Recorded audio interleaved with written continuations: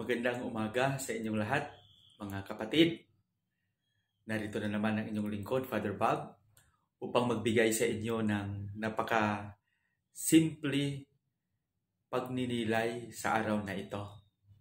Ngayon ay nasa ikatlong araw na tayo sa buwan ng Oktubre, linggo. Ika-27 linggo sa karaniwang panahon. Kung napapansin natin, napakabilis ng takbo ng ating panahon.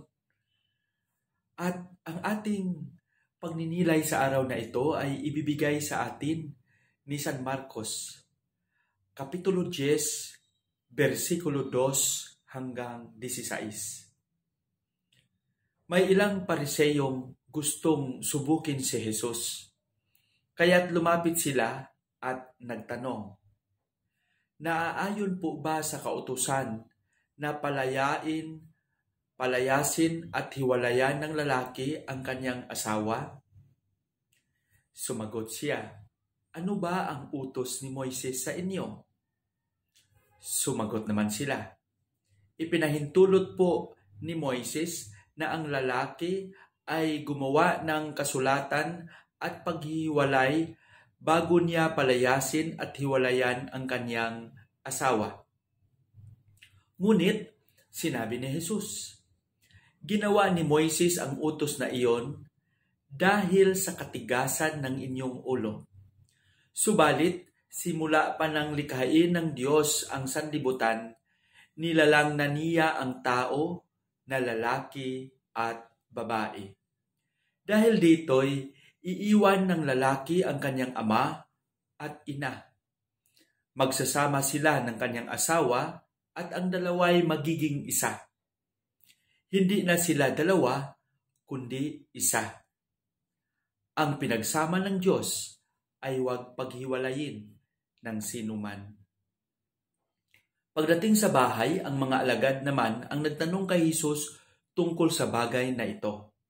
Sinabi niya sa kanila, kapag pinalayas at hiniwalayan ng isang lalaki ang kanyang asawa at mag-asawa ng iba, ay nagkakasala ng pangangalunya sa kanyang asawa. Gayon din naman ang babaeng magpalayas at humiwalay sa kanyang asawa at mag-asawa ng iba ay nagkakasala rin ng pangangalunya. May mga taong nagdala ng mga bata kay Jesus upang hilinging ipatong niya sa mga ito ang kanyang kamay. Ngunit, pinagalitan sila ng mga alagad. Nagalit si Jesus nang makita ito at sinabi sa kanila, hayaan ninyong lumapit sa akin ang mga bata at huwag ninyo silang pagbawalan sapagkat ang mga katulad nila ang napapabilang sa kaharian ng Diyos.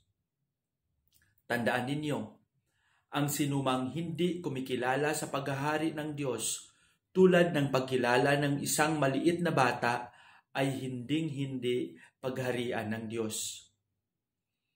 Kinanlong ni Jesus ang mga bata, ipinatong ang kanyang mga kamay sa kanila at binasbasan sila. Ang mabuting balita ng Panginoon.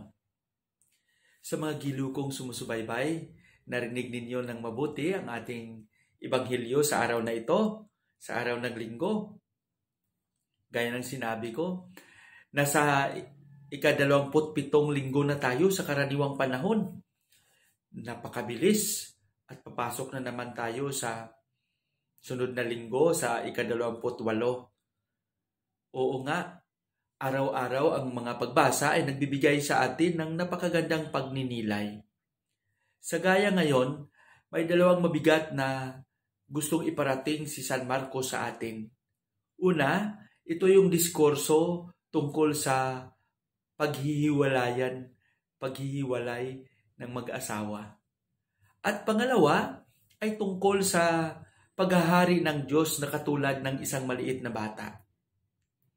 Ano ba ang gustong iparating ni Jesus sa ating pagninilay sa araw na ito? Siguro kung napapansin natin, ang pag-aasawa sa ngayong panahon ay parang napakabilis. Kumbaga sa English tinatawag natin na instant. Ako ay pinanganak ako sa 70s. Pero hindi maitago na ang pamamaraan ng panliligaw noon ay iba na sa ngayon. Noon ang nililigawan ng mga lalaki ay ang mga magulang ng mga babae. At makikita natin na ang mga magulang mismo ang nag-i-endorso ng lalaki sa kanilang anak. At hindi maitago ng mga anak kung sino ang nananligaw sa kanila. Parang yung pamamasyal ng lalaki sa pamilya ng babae ay naging grounds for training at naging venue for knowing, no? Para makilala ng mga magulang. At kung makita ng mga magulang na ang mga lalaki ay responsable, naging tapat, sila rin mismo ang mag-uudyok sa kanilang mga anak na siya na lang ang pwedeng maging partner sa kanyang buhay. Sa ngayon, iba na. Napakabilis. Posible dahil sa modernong teknolohiya. Marami sa mga nag-aasawa ngayon na nang malaman ng kanilang magulang ay nasa bandang huli na. At ang mga magulang ay walang kaalam-alam. At siguro naiiba ang panahon noon at ang panahon ngayon. Pero ako naniniwala ako na kailangang kilalanin muna ng babae at ng lalaki ang kanilang maging partner sa buhay. Kasi kung papasok sila sa pag-aasawa, ang pag-aasawa ay isa sa mga seryosong pamamaraan ng pagtutugon sa paghahari ng Diyos. Gaya lang nga sa diskurso sa atin na narinig natin sa ating ebanghelyo sa ngayon. Ipinahiwatig ni Jesus ang kahalagahan ng pag-aasawa bilang isang tugon sa paghahari ng Diyos. Kaya nga tinanong ng mga Pariseo si Jesus kung ipinapahintulot ba o naaayon ba sa kautusan na palayasin at hiwalayan ng lalaki ang kanyang asawa. Kaya nga binalik si Jesus sa kanila ni Jesus yung tanong, ano ba ang utos ni Moises? Sabi ng mga Pariseo, ipinahintulot po ni Moises na ang lalaki ay gumawa ng kasulatan at paghihiwalay bago niya palayasin at hiwalayan ang kanyang asawa. Pero sagot naman ni Jesus, ginawa ni Moises ang utos na iyon dahil sa katigasan ng inyong ulo. Marahil mga kapatid, ito rin ang mga dahilan at sanhi minsan ng maagang paghihiwalayan. Kasi ang bawat isa ay hindi marunong makinig, posible dahil sa katigasan ng ulo at ng puso. Para sa akin, this is only a basic na sana yung lalaki ay marunong makinig, ang babae ay marunong namang makinig. Diyan sa pakikinig, maunawaan nila ang bawat isa. At ang kontesto ng pag-aasawa ay hindi ito isang parang pelikula na pagdating ng panahon kung ayaw mo na, sasabihin mo lang na ayaw mo na. Kaya nga sabi ni Jesus, pagdating ng panahon, sabi niya, kaya nga iiwanan ng lalaki ang kanyang ama at ina at magsama sila ng kanyang asawa at ang dalawa ay magiging isa. So, ano ba ang ibig sabihin noon? Pagiging isa sa layunin, magiging isa sa katapatan, at magiging isa sa lahat ng mga adhikain sa paghahari ng Diyos. Para sa akin yan yung gustong iparating. Kaya the church, ang simbahan ay patuloy na naghahamon sa lahat ng mga gustong mag-asawa na sana kilalanin muna ng mabuti ang maging partner sa buhay. Huwag pabigla-bigla at huwag magpadala sa emosyon at huwag magpadala sa kung ano lang ang nakikita. At ang ikalawang yugto ng ating ebanghelyo ay yung pagpapakita ni Jesus sa mga alagad ng isang maliit na bata. Nasabi niya, ang hindi marunong tumanggap sa isa sa mga pinakamaliit na batang ito ay hindi mapapabilang sa kaharian ng Diyos. Ano bang gustong iparating nito? Para sa akin, posible ang kababaang loob.